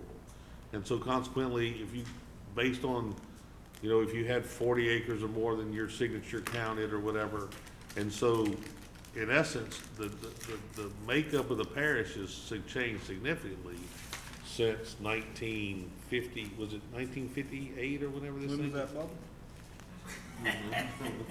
Well, no, not, well, I don't know when the original ordinance was written. Yes, barely. It's section 58, excuse me. But in essence, you know, we have a lot more subdivisions that are affected, and it seems that it's not exactly fair that if you could get a group of property owners, at least in Gravity 2, it seems that way. I mean, and Gravity 5 is somewhat similar, that, you know, why would a large tract owner carry more weight than a regular citizen? And so I just wondered, can we determine whether we can strike that or not, Sandy? I think that that's just in state law. I don't think that that's in our ordinance. So it doesn't And apply to it's us? It's mentioned in that, like in the old ordinance, it's saying in compliance with RS, da-da-da-da. So maybe that's something we might need to get our legislative delegation to help us. I don't think we have the whole story on it, though. No, I mean, in essence, basically what it says, the state, So did the state change the statute to allow 7 board members? Yes. Yes. Well, then we can change the ordinance, right? I don't understand what the. Oh, no, there's another section of it that says, this board, meaning the police jury / parish council, shall be made upon petition or recommendation of majority in a number of acres or majority of resident landowners in the district, where the district contains 40 or fewer landowners. Where more than 40 landowners are embraced in the district, the appointment shall be made upon the recommendation of the petition of 25 of the landowners in the district. Where there is a contest over the appointment of commissioners, the police jury shall give appointment to those commissioners who are recommended by the landowners, owning the greatest number of acres in the district. So what they're saying is, we don't appoint them, the people that live there do. It basically says that if you have a bunch of landowners that have a lot of this property, they have more control over who's appointed to Then the the police jury ought to count. When was that law? It had to come That's- back in that's- 1800. That's a whole, and if you remember, my previous, the councilman previous to me had tried to replace a board member. And the board member brought 25 signatures in, and the council reversed the replacement. And my contention is that given the makeup of the parish now and the number of subdivisions that exist, the way this ordinance is structured, it gives the owners of property more say than the owners of homes. And it just seems to me that that doesn't seem to be in this current, makeup of the parish to be very equitable. I think it should be based on population, majority. So I mean, ultimately, huh? I don't, but you don't have a gravity drainage district, so it doesn't really matter. Not yet. Mr. Deborah, I'll tell you what, go out in the parish and ask people how many know about this. Well, I mean, I understand, I mean, I don't What do you wanna do going further? No, we need to move forward with this part of the ordinance. Yes. We're gonna fix this part. If we can't fix the other part now, that's okay. But at some point in time, the other part needs to be addressed. Because, at some point in time, you could get a group of landowners, every time you came time to make an appointment, that had 40 or more acres, and they could go bring a group of 25 signatures, and if their acreage added more up to your appointment's acreage, then you can't make an appointment to the board. And it doesn't need to be based on who owns the most land, it needs to be based on who's most qualified to run the business of the drainage district. That's my whole point. I agree. So we do need to fix that. And it's very true what you're talking about. At one time, that's the reason you couldn't get anything done on a lot of our larger canals. Grays Creek and all them, because the property owners owned all the property up and down. And they picked the board members they wanted. They would leave it alone. Yeah, they wouldn't fool with. And so in essence, I mean, we need to move forward with the introduction of this ordinance. I just asked about that other part, but that is a flaw that we need to address because the parish has tremendously changed over the years. Yeah, especially our side up there in the corner. Ma'am? I'm thinking that part that I put in that email was in state law.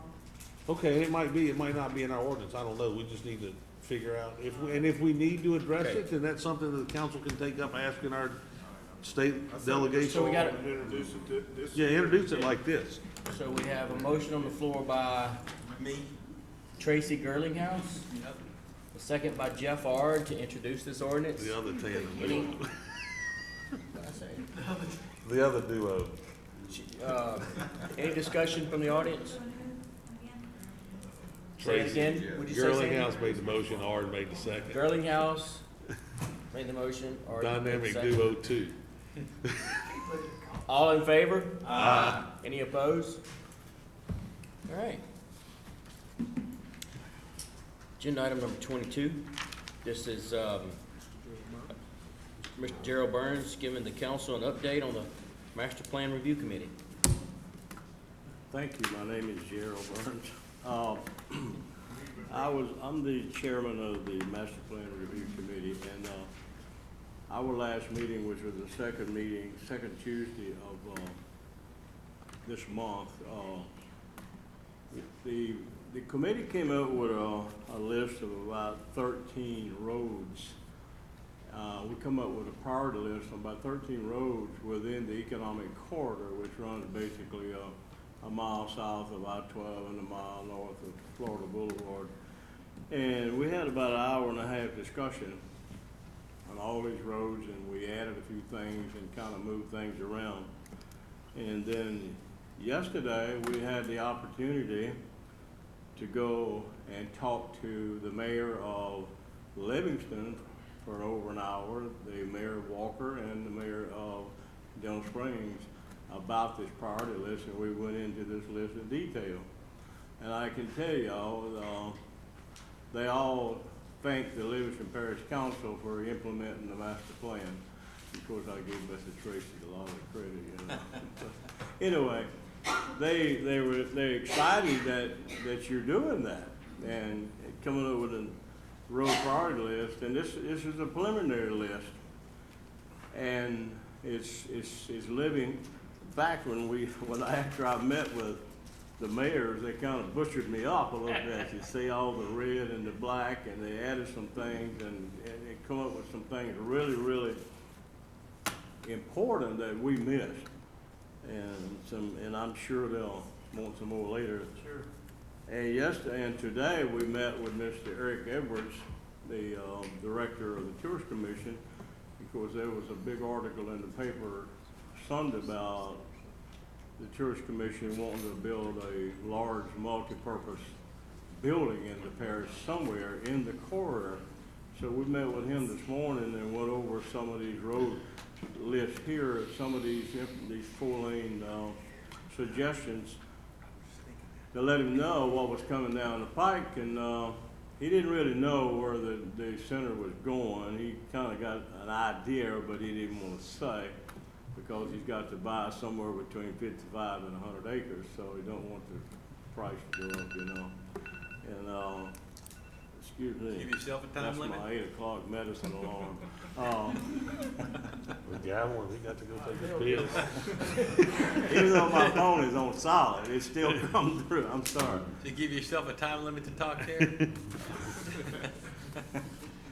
It's time to take my metformin, you know? Anyway, we talked to him a while today, and he's kind of excited too. So he don't know where the center's going, so we can't really put any road priority list for him. But if you're going to build this big center that he envisions, which is a great thing for Leadership Parish, with this list will change.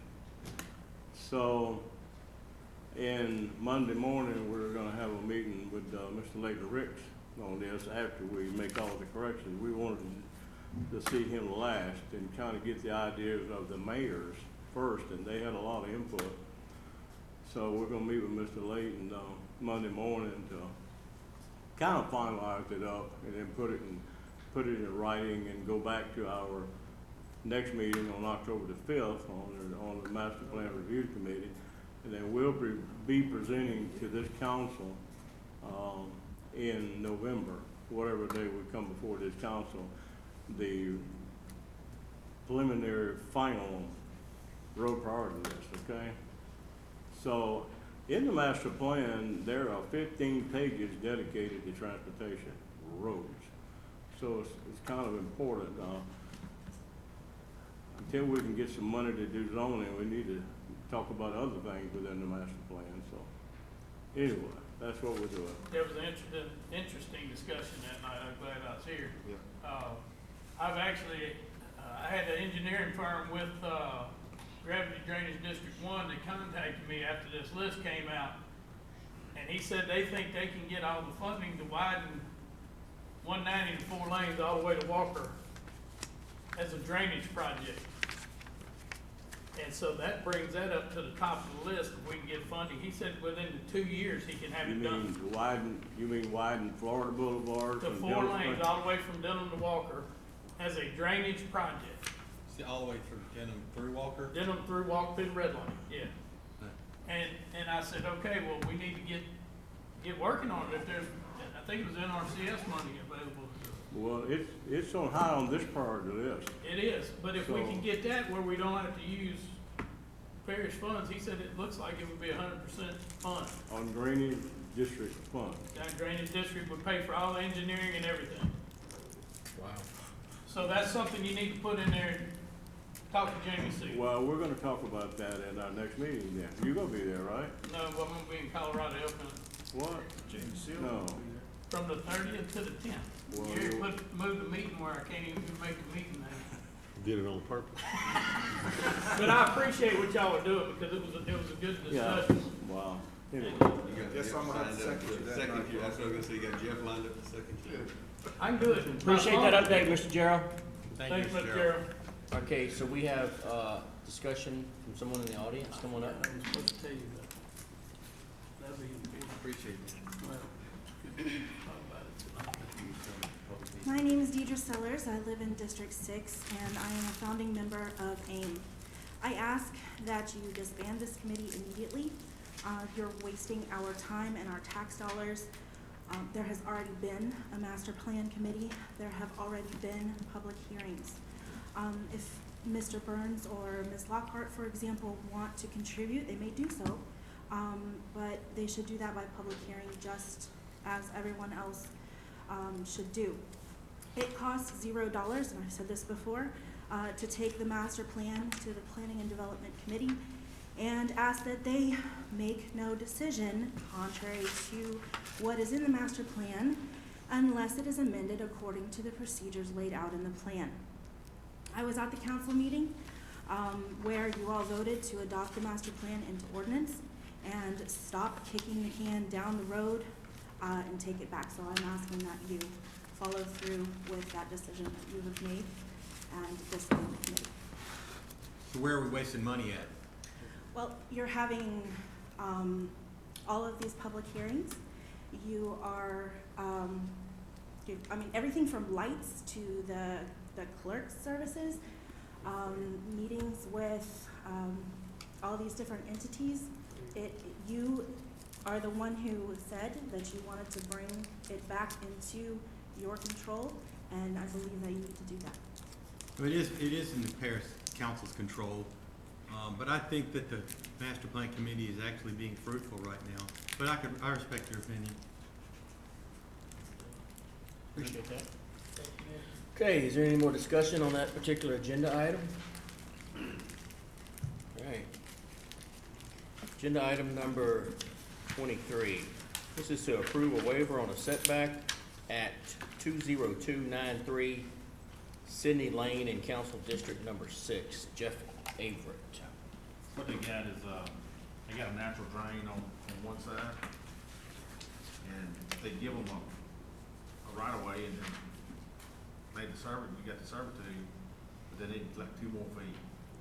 And instead of going into the natural drain, the guy that got the servitude, he agreed with it, so let's go with it. So Okay. they're only gonna be 13 foot instead of 15 foot. Yeah. They got a 40 foot servitude. Yeah. Gee, Okay, so, I'm making a motion. we got a motion by Jeff Averett to approve the waiver on the setback at that said address. Second by Bubba Harris. Any discussion from the audience? Any from the council? All in favor? Aye. Any opposed? Agenda item number 24. Discussion and adoption of a resolution to authorize a waiver and variance of LP 19-03, adopted on January the 24th, 2019, amending section 13-57 drainage and drainage impact study of the Code of Ordinances that prohibits subsurface drainage. Okay. We've got, it looks like There's 4 of them. 4 addresses where we're going to allow subsurface drainage along the roadway. Okay, and those addresses, you've got no record, is that record? That's 35109 Stonecastle Drive, Denham Springs, Louisiana, 70706, Council District 2. Jonathan Bourne, that's 36064 Sheree Drive, Denham Springs, Louisiana, 70706, Council District 2. Shannon Pendarvis, 27506 Country Drive, Walker, Louisiana, 70785, Council District 6. And this is Jeffrey Chenevere. Thank you. 12496 Winter Ridge Drive, Walker, Louisiana, 70785, Council District 7. All right. Is there anybody from the audience that would like to come up and talk about that particular agenda item? Come on up, man. We got to document it and record, so just don't forget to say who you are and all that good, wonderful stuff. Where do you live? Taryn Creekbaum. I live in District 1, and I am a founding member of AIM. Council members, your legislation, ordinances, laws should be authored, applied, and enforced without prejudice. The fact that item 24 is a standing agenda item indicates that when authoring LPO 19-03, you were aware that there would be some cases in which LPO 19-03 would be unenforceable. So, you implemented the standing agenda item, therefore creating a process for certain individuals to request a waiver to the law. In addition, this process creates an opportunity for this council to be judge and jury over the law and the individual requesting the waiver. This process is not without prejudice. By its implementation, it defines itself as a discriminatory process, riddled with opportunities for certain individuals to receive special treatment, as well as opportunities for this council to apply unfair and unequal enforcement of the law. I want to strongly encourage this council to rewrite or amend LPO 19-03 to include valid exceptions to this law. In that way, those exceptions will be equally applied to and benefited by all, not just those who come before you requesting a waiver, and then those who are lucky enough to get your stamp of approval to not comply with the law. Finally, as an informed constituent, I am once again respectfully asking you to redirect your focus towards doing the job you were elected to do. Legislate. Get down to the business of creating a credible and effective Livingston Parish Code of Ordinances that will provide for our protections of property value and quality of life in this parish. Thank you. It's to my understanding what happens here to prevent people's houses from flooding during a downpour, an uncontrollable downpour. Subdivision's not intended for subsurface drainage. This ordinance was passed to prevent, people from flooding. What happens is if people wish to install this subsurface drainage, we send somebody out, either a councilman or one of the parish administrators, to look at it to ensure that we don't, put something in that causes harm to others, and so, to me, it's not a bad ordinance. I do agree that, in certain situations, people should be allowed to have subsurface drainage, in front of their house, but I think that you need some type of system in place to make sure that you don't harm the next door neighbor, and so it's not a judge thing by no means in any way, shape, or form.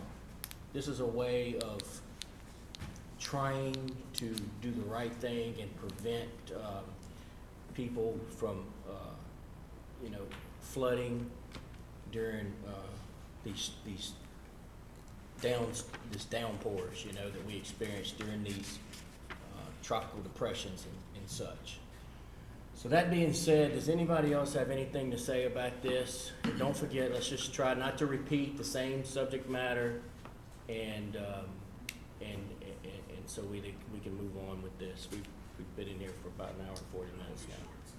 Yeah. Eric Harold, District 5, Serene Road. Somebody approved Wax Road, that's a parish road, correct? Approved it for? Subsurface drainage, right around Greystone, right in the curve. It's possibly, if it was in a subdivision, It's on the main road. on the parish road, then, well, if it was before the ordinance was created, then no, they didn't have to ask, but they did have to get a permit. Was But it if it's done, was new- it done part of the overlay program on Wax Road? It's If done it's- recently? No, If it's like, new, you get then an inch of rain right there right now, it's covered with water, that whole road's covered with water. What I'm saying is, I understand where you're coming from with the flood situation, but that open ditch holds more water than that Oh, pipe. yeah. And so, And so that's the reason for the ordinance, is, Yeah, but the thing is, you're passing it, well, is it really actually you going out there and shooting the grade? well, Eric, here, I'm gonna tell you why I'm probably not about the two that are in my district. When Chad comes up here, I'm gonna ask him a question. But typically, I'm just gonna tell you, there's two applications in my district. One of them for a 140-foot length of 24-inch culvert. There is a 24-inch culvert under the driveway. So basically, what we're gonna do is put the same amount of culvert the length of the deal. However, I think Chad can explain the hydraulics, that a 20-foot section of 24-inch culvert will allow a certain amount of water to flow through, and that might be acceptable for the ditch. But when you put 140-foot length of 24-inch culvert, it tremendously reduces the flow of water. So consequently, they might need to have 36-inch culverts put in there at 140-foot length to accommodate the same thing. That's the reason that the ordinance was written, so that you couldn't put culverts in subdivisions that weren't designed for subsurface. The exception was supposed to be that if you had an engineer come in and redesign your situation and sign off.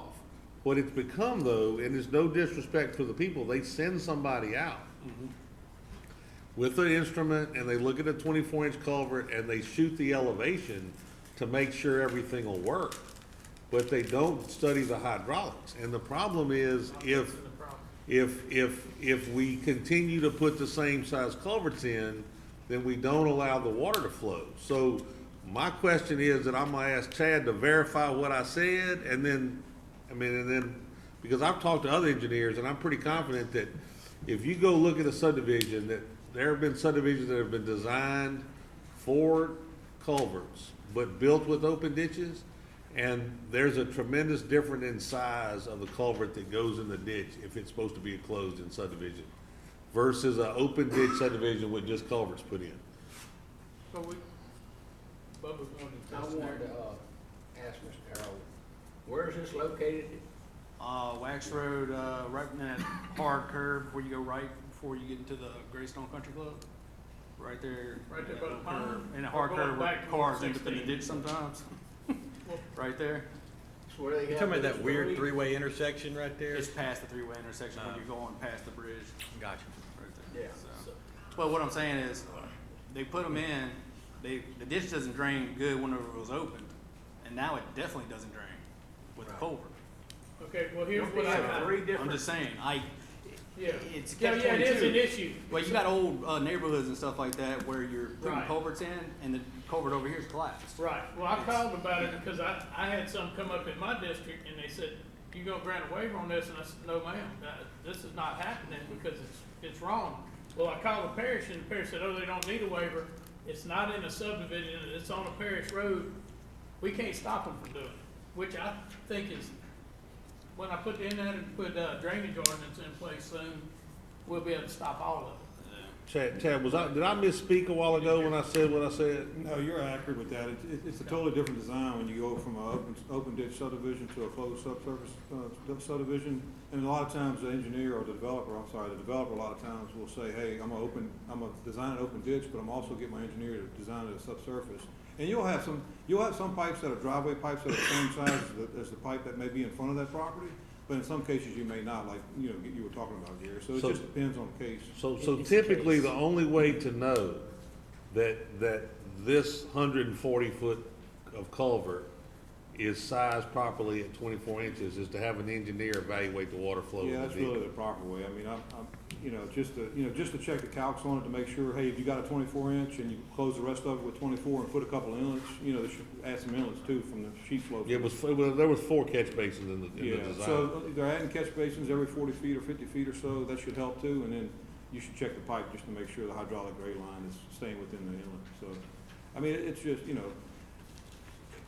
it may happen to where that 24-inch culvert for the driveway is the same size, but it may also change just depending on what you got. But typically, what happened here is we asked somebody from the parish, a foreman, to go out, and he shot the elevation so that it would work, but we don't know if the hydraulics works, and that's the issue, is that I'm gonna recommend that A and B not be approved in Council District 2, because both of them have flooding issues, and I wanna be sure that before we let somebody put subsurface, that an engineer signed off on it.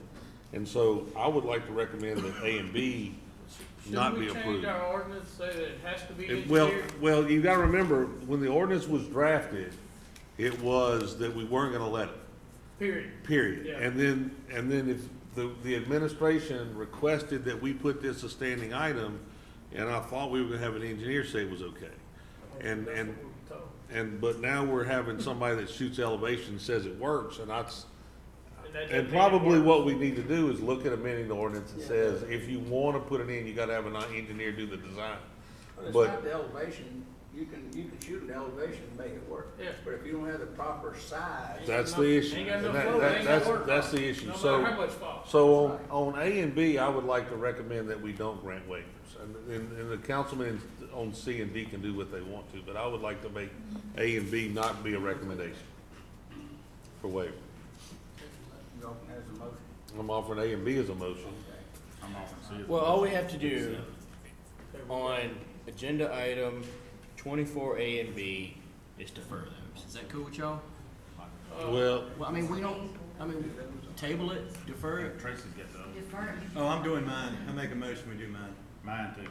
Okay, well, let's We get doing the through two that A and B he's wanting first. to know. Okay. well, let's just don't grant the waiver on A and B, and then they can. Right. And then they can So, well, deny the waiver on A Deny and the B. waiver, and then if they go and get, The engineering we Engineering want to study make a motion to deny the waiver on A instead and of B. just deferring and tabling it. Y'all want to deny the Okay. waiver. And then they can bring the engineering We're gonna back have and to redo separate it. these. Yeah. oh, is that what you were trying to do? You took longer I trying to think C separate. and D, we Let's just want go both ahead and approve them. Yeah. Okay, so, there's a motion on Tracy the made the floor to, deny the waiver on 24A and 24B, which is, do I need to read these addresses? Okay. 24A is no record, that's 35109 Stone Castle Drive, Dental Springs, Louisiana 70706. 24B is Jonathan Bourne, that's 36064 Charade Drive, Dental Springs, Louisiana 70706. Okay, so there was a second by Mr. R.C. Bubba Harris. Any more discussion? These are in To your deny, district. it's just, yeah, only, no, it's in security. Yeah, both of them. I mean, one of them's in the Edmonds and they had flooding issues, and the other one is on Charade Drive, which is right next to Sherrill Drive that has flooding issues already. Okay. So, I don't wanna, make a flooding issue worse by putting subsurface in there that is smaller than it needs to be. So consequently, we really need to have an engineer say grade Get it off something. of the You know paper. your Okay. district more than So- we do, so. So there was a motion and a second. All in favor? Aye.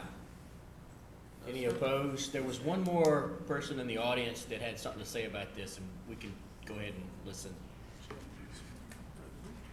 I thought you had retracted the hand, my bad. Nah. I want to speak to all four. I know that you just voted for A and B to be denied, but I'm going to go ahead and just address it as a whole. My name is Deidre Sellers. I live in District 6. I'm a founding member of AIM. I would like to affirm what was said by Ms. Creekbaum and Can I ask ask a that question? you I'm sorry to amend interrupt. the ordinance. What- I'm sorry? Y'all keep referring that you're a member of AIM. What is AIM? Accountability and Integrity Movement. Is that a group? Okay.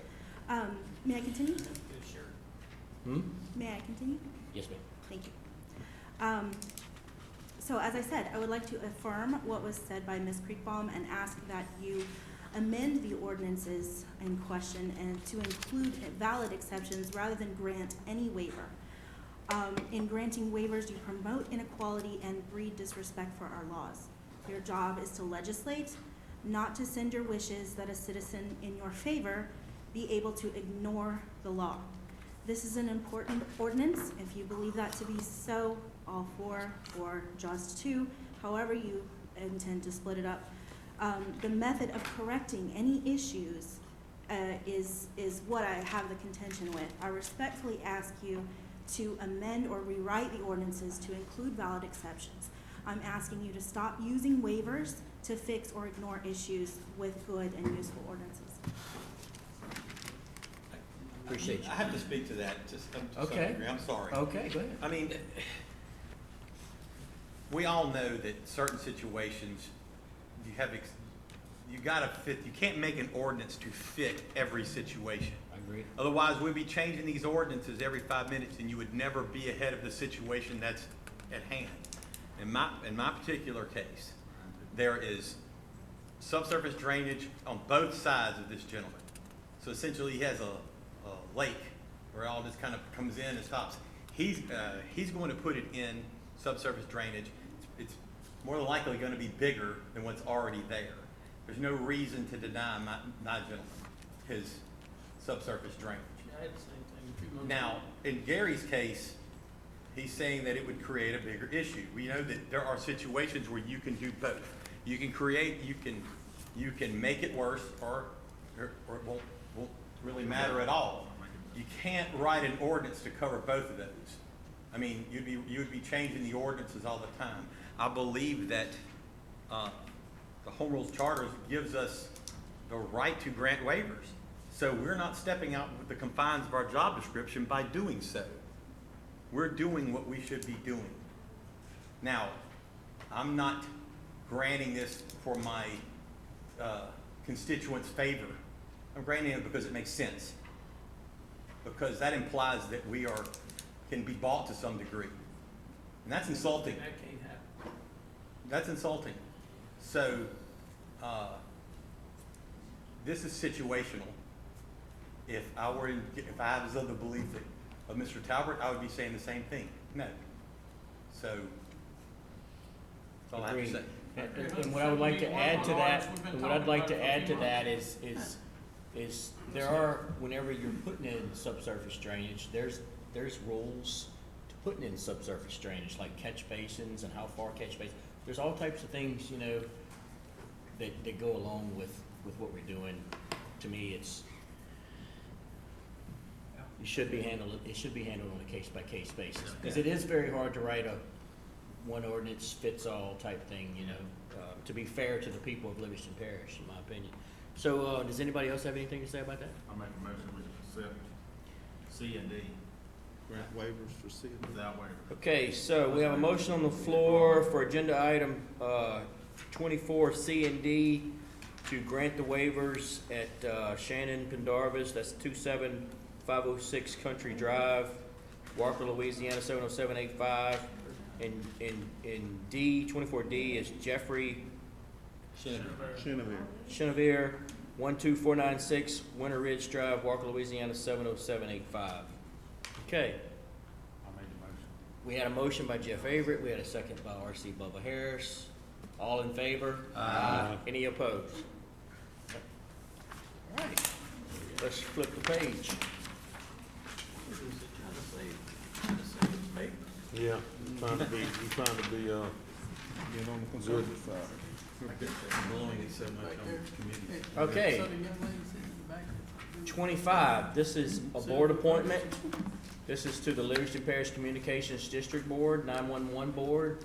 Mr. Russell Hutchison was an outstanding citizen, friend, law enforcement, police chief, great community leader who served all the people of Livingston Parish majority of his life.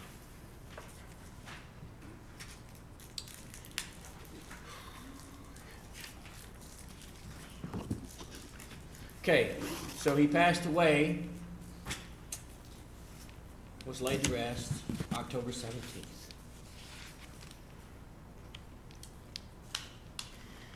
We're gonna need to replace that. It's our duty to replace that position on this board, and it is my recommendation that we replace him with Boyd Wild. I'll second that. And Boyd's gonna do a fine job and represent us well, and it's gonna be okay. I'll make that motion. So, Jeff Averett makes a motion to appoint Boyd Wild to this communications board. Tab Lobel seconds it. Is there any discussion from the audience? All in favor? Aye. Any opposed? We're getting close to the end. District Attorney's report? I don't believe we have anything tonight. I just want to say, I know I've been sitting here quietly, but I think the quieter I am, the better of a job you guys are doing. So congratulations on that. Thank you. Brad, we appreciate you being here, buddy. Yeah, we know our Christmas. Thank you. Okay, so, committee reports. We have an ordinance committee, Gary Frog Talbert is the chair.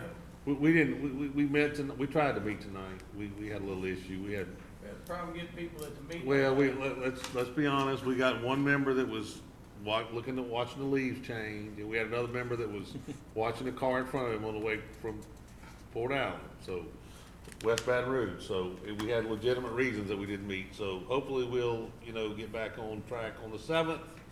And, and have a little ordinance committee meeting and discuss speed bumps, humps, Yes. and we'll address final plats. There was an item we were gonna discuss that kinda was to help Mr. Harris out, and it's gonna help us all out eventually. Okay. That some of these older subdivisions, lots are getting cut up, and so we're gonna talk about ordinance that says on a subdivision with them that got improvements, that once the final plat signed, that you can't go cutting a lot up. That's what we're gonna try to talk about doing. I like that. I like it. Now, Okay, we're gonna have to let them move property lines around, because sometimes they floor the slab in the wrong place, and they gotta move the line, but we're just not gonna create any new lots. Okay. That's too much of a report. Sandy, is that what Okay, y'all think? so, Yeah, for no meeting, that was a heck of a report. Finance Committee. Well, no, Well, that unlike that's- the ordinance that- committee, we had 100% participation today. You must be an outstanding chair. He just has a better time for the guy Just coming from motivate West people Baton to Rouge. come. The financials for the month, as she said, we're pretty much dead on projections. And we got a copy of The budget, the budget, which she said she changes daily, to, hourly, to, hourly when they at work. to reflect the numbers as they come in. So, I would, encourage each one of y'all to Look it over. look at that War and Peace style document. Definitely. Go through it. And she emailed that at 5:20, so I thought I could forward all of you, so you have what she gave Harry. Okay. All right. Appreciate that. What was the date she was gonna present? Councilman's comments, 28A, that's, discuss upcoming trunk or treat. That's, And, Mr. Bubba Harris has established that. So this is the last time this year you'll be hearing from me on this. Yes. Thank everybody. Because, 31st, it's gonna be over. Yeah, but you're gonna brag about how good it was. Well, yeah, I will, you're right. That's what I was But, saying. no, I just wanted to bring up again that we need all the help that we can get. My next to my main man is gonna be deer, elk hunting, so he won't be here. And we have picked up a lot of new businesses that joined in this year. So it's gonna take more people to handle everything.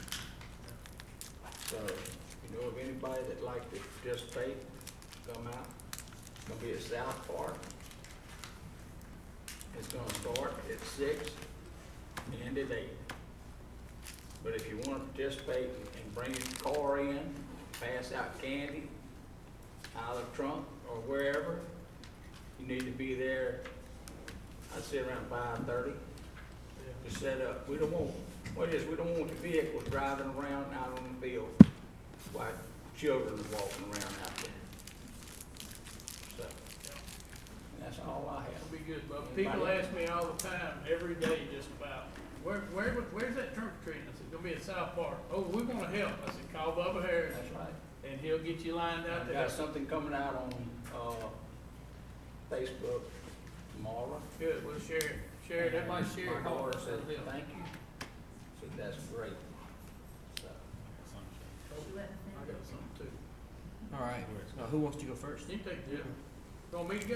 You go. All right, election was a couple weeks ago. Yes, sir. I remember something about that. What you see sitting here except for two guys that are leaving us that we hate to see go are coming back. We're gonna get two new guys, one of them Randy DeLapp, and then we get, G-Boy or Derek. I really appreciate the people in District 3 for putting their support behind me, and it means a lot to me that they put me back in for another 4 years. We're gonna work hard the next 4 years, and we're gonna get all we can done. Thank you guys for working hard with us. What I got, Shane was talking about Mr. Russell Hutchinson. Yeah. His granddaughter just signed to play softball for Louisiana Tech University. And at every ball game you went to for the last 6 or 7 years when my daughter was playing, Mr. Russell and Miss Nancy was there with their grandbaby. And they were extremely proud of Emma Hutchinson. And I know he's smiling down on her right now. That's a good thing. I I got one thing. 9 minutes ago, Live Oak High School tweeted, with 6:27 remaining in the third quarter, the Eagles were leading the Yellow Jackets 37-0. Good gracious. Where's John at? And last week, the Walker Wildcats beat the Live Oak Eagles. They did. They did. Just showed you how good Walker is, huh? Okay, anybody else? Yeah. All right, is there a motion? Motion to adjourn by Jeff Avery, second second by that? Tracy Gurlinghouse. Tracy. All in favor? Aye. Any opposed?